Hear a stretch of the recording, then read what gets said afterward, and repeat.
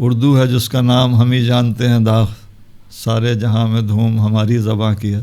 اور یہ حقیقت ہے کہ یہ ہمارے اساتذہ اور کہنا چاہیے نقاد بھی یہ بات قبول کرتے ہیں کہ اردو شاعری میں فنی اعتبار سے، غزل میں اور شاعری کے اعتبار سے داغ بہت قادر الکلام شاعر تھے، زبان پہ بہت عبور تھا. اور محض شاعری کو اگر دیکھیں یعنی اس شاعری کے فنی پہلو سے تو وہ بڑے شاعر تھے. صحیح.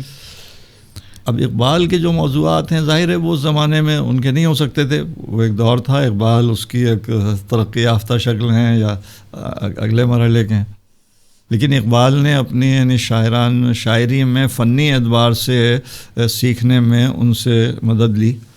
یا یوں کہیے کہ اس زمانے میں یہ ہوتا تھا کہ جو شعراء ہیں وہ جو قریب میں ہوتے تھے وہ تو اصلاح لینے کے لیے اپنا استاد بنا لیا کرتے تھے بڑے شاعر کو، اور وہ خوشی سے قبول کرتے تھے، اس لیے کہ حوصلہ افزائی ہے اگلی نسل کی.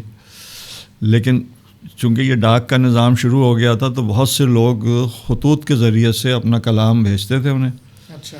اور وہ پھر اسی پہ اصلاح کر کے بواپسی ڈاک انہیں بھیج دیا کرتے تھے. تو اقبال نے بھی ملاقات کبھی نہیں کی. اچھا. اقبال کا جو جتنا بھی تلمس اور شاگردی ہے داغ کے ساتھ وہ خط و کتابت کے ذریعے سے. اقبال نے غزل لکھی، انہیں بھیج دی، انہوں نے اصلاح کر کے بھیج دی.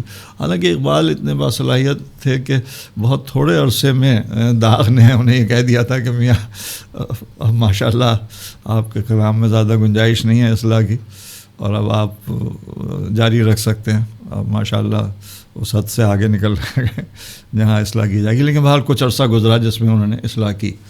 تو اقبال بھی اس کا بڑا لحاظ کرتے تھے اور انہیں استاد کو مانتے تھے احتراماً.